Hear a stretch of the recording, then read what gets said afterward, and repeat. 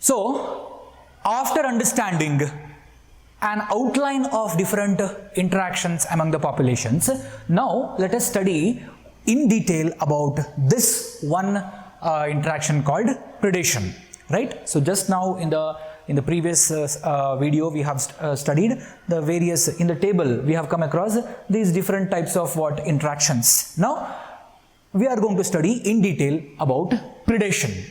See, as I just told you, predation anta helidre, in simple words I am telling you, predation is a mechanism where one animal or one organism which is in the higher trophic level anta helidre, it is much more complex, much more evolved, right? That is going to feed upon a smaller animal or the organism which is in the lower trophic level. Trophic levels anta helidre, these are the different levels where the energy flow takes place. We will come to the trophic levels later in the other chapter, ecosystem alli matte we will talk about it. Okay, you might have learnt about the ecological pyramids in your lower classes and trophic levels anta ನೀವು ಕೇಳಿರಬಹುದು, right? Like for example, ಈಗ grass ಮತ್ತು grasshopper ಅನ್ನು ನೀವು ನೋಡಿರ್ತೀರಿ. Normal in the simple food chain, in the grazing food chain ಅಂತ ಕರಿತೀವಿ. Grass will be called as the producer ಅಂತ ಕರಿತೀವಿ. That will be at the trophic level called producer or primary producer anta karithivi, right?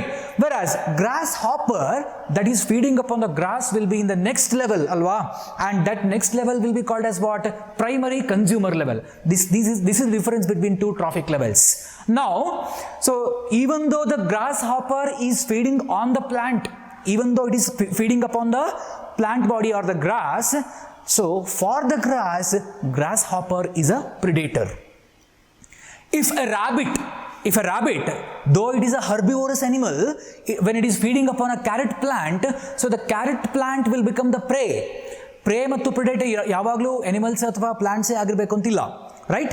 So one can be animal, one can be plant, especially when we talk about the herbivores. Herbivores will act as the predators, whereas the plants will act as the prey, right? Whereas when you go to the next levels, like rabbit entintu, it was feeding upon the carrot plant. So the carrot plant now is prey and the rabbit is the predator. Whereas if a lion feeds upon the rabbit, now who will become the prey and who will become the predator? The rabbit will become the prey and the lion will become the predator. So this kind of interaction is called as what? Predation. So in the case of predation, we actually see what? It is a nature's way of transferring the energy from one trophic level to another trophic level. See, could you imagine the world to be existing or the living world to be existing without this predation happening? So we are all predators in one or the other way. So whatever food you consume, right? So ultimately it is from one of the organisms, right? Maybe a plant or maybe an animal. So that animal or that plant which we consume as our food will become the prey for us and we become the predator. And without this predator and prey mechanism or interaction, there could have been no existence of life, right? And that is why it is the nature's way of transferring the energy from one trophic level to another trophic level, that is actually primarily fixed by the plants, because plants act as the producers of the earth. So predators play not only being the conduits anta helidre which conduct the energy, right? So predators anta heluvaga, so if I am a predator, so if some bigger animal is going to feed on me, andre I am going to transfer this energy from lower level to a higher level, right? So I will become a conductor of energy, I will become a conduit. But this is not the only function of the predators to be played in the ecosystem or in the nature. Apart from being the conduits, predators also have other functions, like they control the population of prey species. So it is also very essential, if any organism, if there is no threat at all, see when we were talking about no disturbance at all, agenagutte geometric growth of the population takes place, which is mostly a hypothetical situation, right? So iga predator illa anta helidre, when there is no predator at all and the prey population, the species prey species population keeps on growing, and it will cause an imbalance in the ecosystem, right? So control the population. Because of the predation, predators are going to feed upon the prey and control the population of the prey species. And because of this activity, there will be also maintenance of the ecological balance, right? Nature nalli there must be a balance among the population of all the different species. If any one species goes higher in population, bigger population, and some other becomes lower, so that causes an imbalance. So right now, today, we are actually experiencing some big ecological imbalances because of high population of human beings than compared to other species, right? We are seeing global warming, it can be, or melting of the polar ice caps. These are all the effects of global warming anta neevu kelirtiri. But global warming is also an effect of what? Increased human population. Yes or no? So that is how there will be an imbalance in the nature because of the continuous growth of one particular population, right? So that can be controlled, and maintaining the ecological balance can be achieved. Predators also help to maintain the species diversity. They not only help in controlling the population of this prey species, but they also help to maintain a diversity of species in a given habitat. Hege? So let us understand this with an example little later in the next slide. Predators also help in maintaining a species diversity in a community by reducing the intensity of competition. Nodi, so if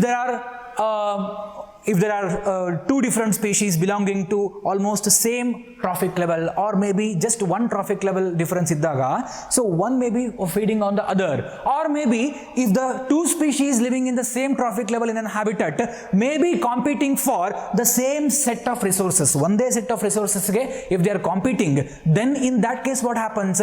See, competition ಬಗ್ಗೆ ನೋಡಿದ್ವಿ ನಾವು, both species A and species B which are involved in the competition will have a detrimental or negative effect, right? So because of this, what happens?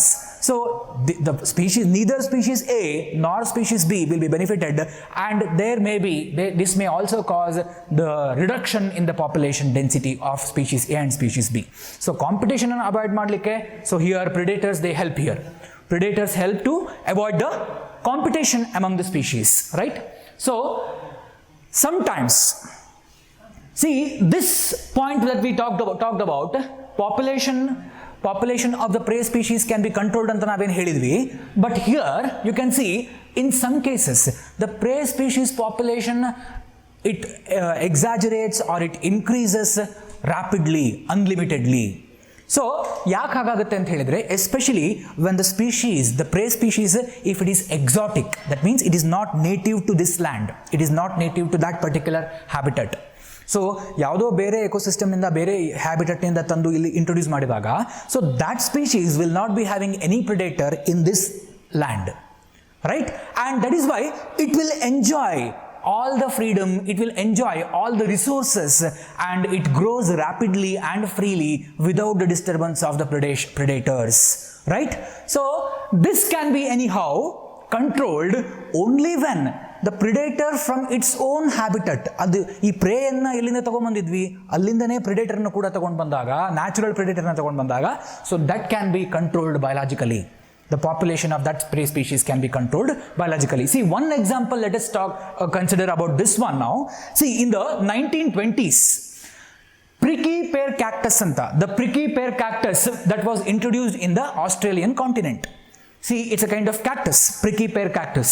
So, because this did not have any predation, so it enjoyed all the resources and it went on increasing its population in the geometric way, or in the geometric progression, right? And so it also caused havoc because, see, especially exotic species they will be also invasive in their nature. Invasion anta helidre, so when a species is introduced into this mainland, ಇಲ್ಲಿರುವಂತಹ native ಸ್ಪೀಶೀಸ್ಗೆ ಕೂಡ ಅದು disturb ಮಾಡಿ, so it will disturb the growth of the native species and it will grow luxuriantly, right? And because of that, so this prickly pear cactus achieved the maximum growth of its own population, and this was controlled only when, actually, see, this caused a havoc by invading hectares, millions of hectares of land in Australia. But this could have been controlled only by the introduction of the predator species, natural predator.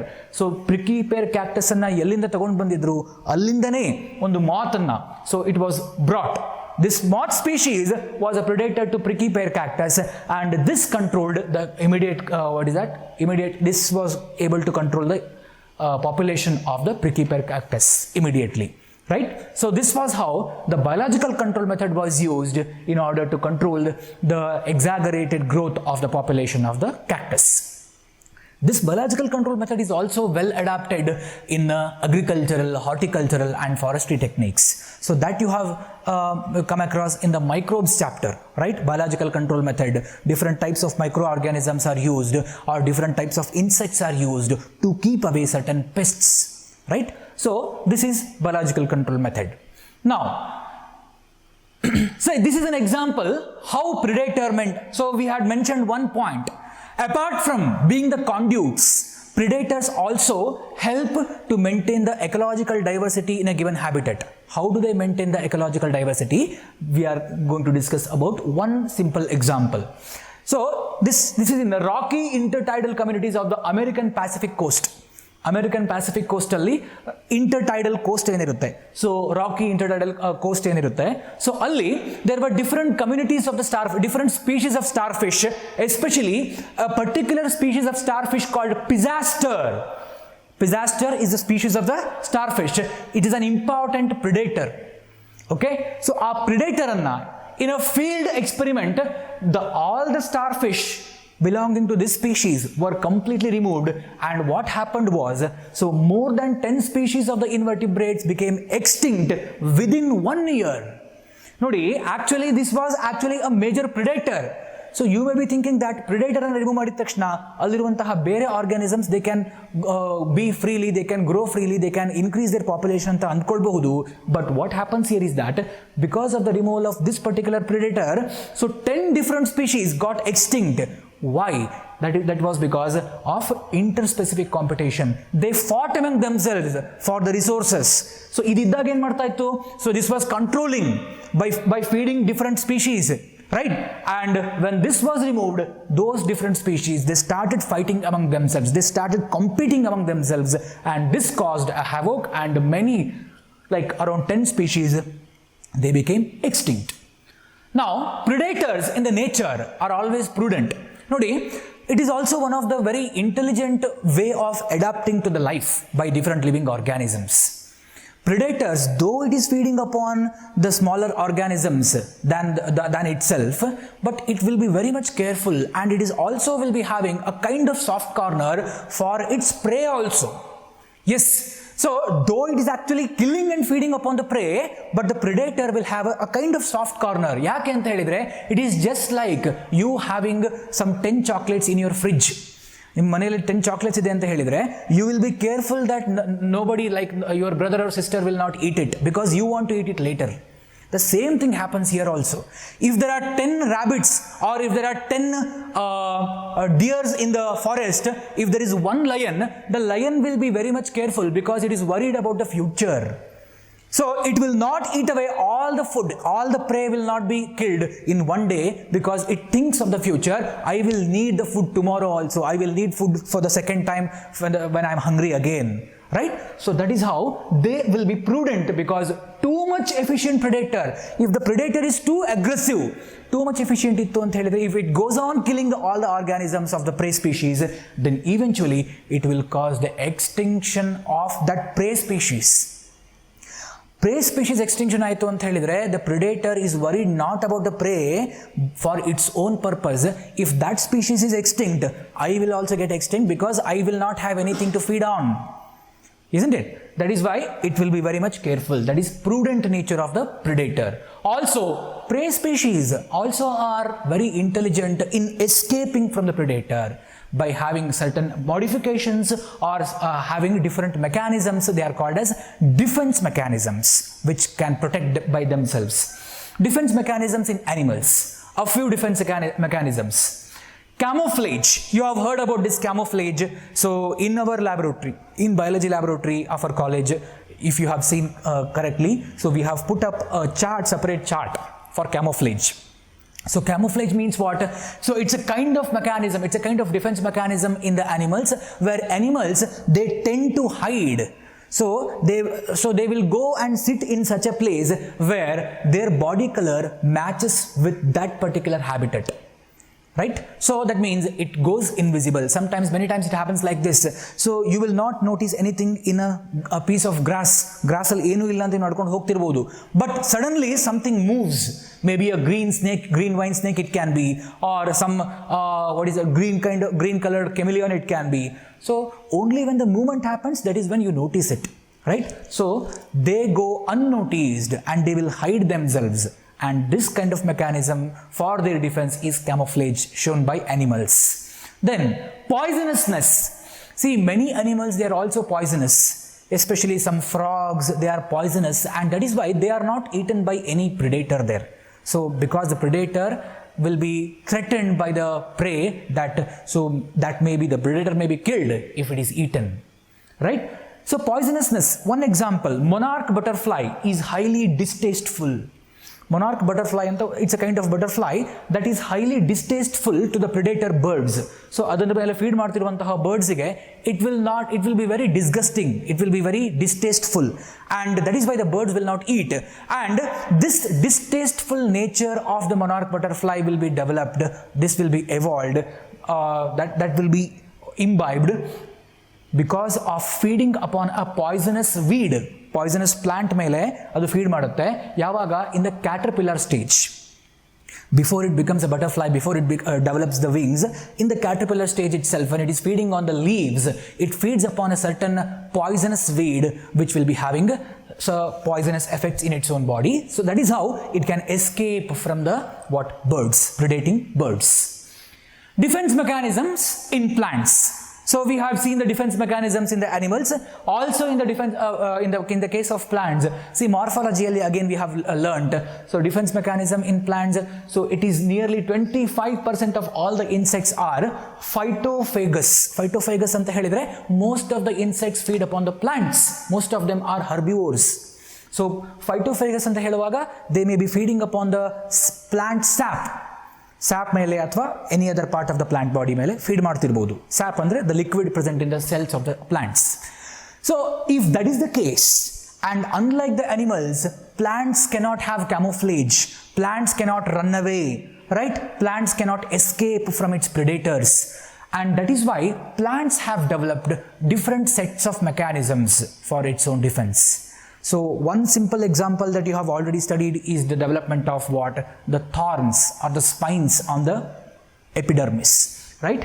So, and the other one is, this is morphological, and the other one is chemical defenses, like producing again some poisonous chemicals which may cause irritation upon eating, or it may also cause some kind of indigestion, some kind of discomfort, or sometimes it may even kill the animal which eats upon that plant. Like this, different types of chemical defense mechanisms also are used by these plants. So let us see which are those.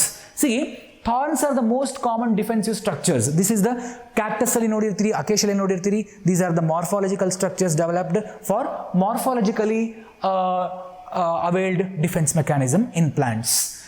Producing poisonous chemicals. So plants, especially if they are not able to produce such morphological structures as spines or thorns, as in a cactus or acacia, they will develop what?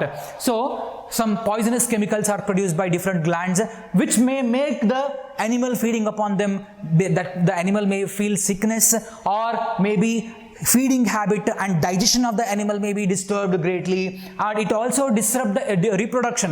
Sometimes you might have heard people saying not to eat certain vegetable or not to eat certain plant product because that may actually disturb the reproductive patterns of human beings. So there are certain plants also. So like that, and also it may sometimes even kill the animal which is feeding upon that plant.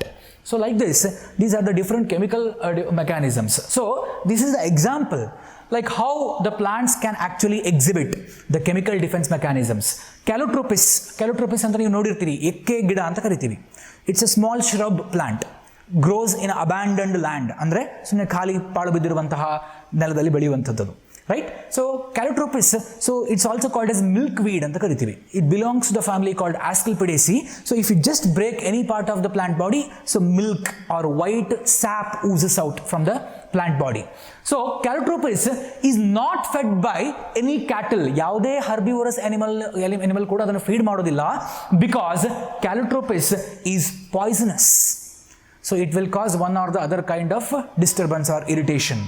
And so you have also seen, these are all the chemicals you might have heard about. Nicotine, caffeine, quinine, strychnine, opium. See, nicotine can be extracted from the tea plant, caffeine from the coffee, quinine from Catharanthus roseus anta karitivi, Catharanthus roseus, or you can also call this as Vinca rosea anta karibodu. Strychnine, it is extracted from Strychnus nux vomica anta ಒಂದು plant ಇದೆ. Opium is extracted from Opium Papaver somniferum, right?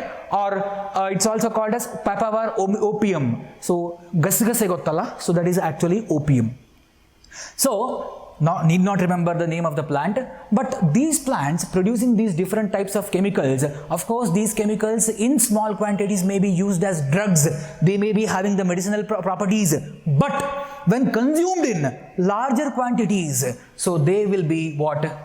Toxic, and they will be poisonous and cause harm to the plants, harm to the animals which are feeding upon them, especially the grazers. That means ಹುಲ್ಲನ್ನು ಮೇಯ್ತಾ ಇರುವಂಥದ್ದು ಅಥವಾ browsers ಅಂತ ಕರಿತೀವಿ, right?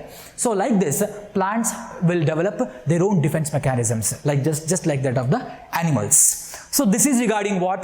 This is regarding the predation, right? So the next one is nothing but the competition. So that we are going to study in the next video.